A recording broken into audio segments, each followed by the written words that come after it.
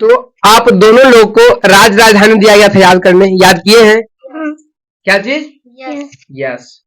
बता सकते हैं ना? कोई दिक्कत नहीं होगा? सोच लीजिए, अगर नहीं बता पाए तो फिर बहुत बड़ा बेइज्जती। क्योंकि बेइज्जती हम इसलिए आपको बताए क्योंकि अभी आपके सामने ही आपसे छोटी विद्यार्थी सेजल कुमारी पूरी की पूरी बताकर गई हैं। अभी आप देखी थी ना? देख रहे थे ना जी? जी। तो हम इसलिए बताए बुआ कि आपसे छोटी हैं और उनको याद हो गया है, और आप उनसे बड़ी हैं, आपको याद नहीं होगा तो फिर बेइज्जती है ना? है ना बेइज्जती? इसलिए ध्यान रखना है कि एकदम फंसना तो है ये नहीं है। पूछेंगे हम क्या क्या चीज, वही विलोम शब्द लगभग 25-30 की संख्या में है ना? और फिर राजधानी, ठीक है, और फिर बिहार की चौहद्दी और भारत की चौहद्दी, ठीक है। चलिए तो बताइएगा, ठीक है।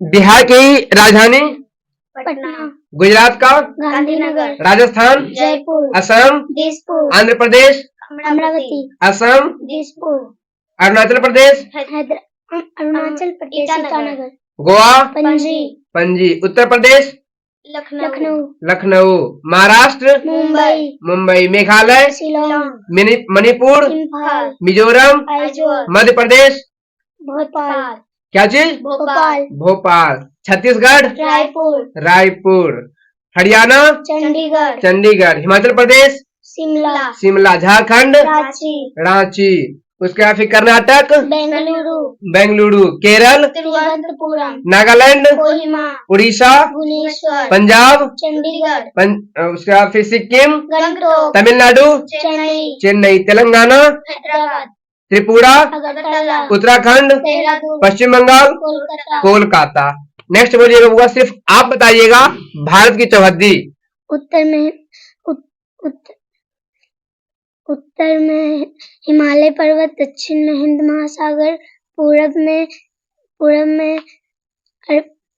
में बंगाल की खाड़ी, पश्चिम में अरब सागर या पाकिस्तान। Thank you.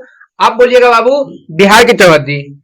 उत्तर में नेपाल, दक्षिण में झारखंड, पूरब में पश्चिम बंगाल, पश्चिम में उत्तर प्रदेश। बहुत सुंदर, धन्यवाद। और आपका नेक्स्ट है विलोम शब्द, वही उल्टा शब्द, ठीक है, तो बता दीजिएगा, ठीक है। लास्ट है, ध्यान दीजिएगा कहीं इंसल्ट ना हो जाए, ठीक है, क्योंकि अभी आप लोग कैमरा के सामने हैं, देख लीजिए, दिख रहा है ना कैमरा के सामने, तो फिर कहीं बेइज्जती ना हो जाए।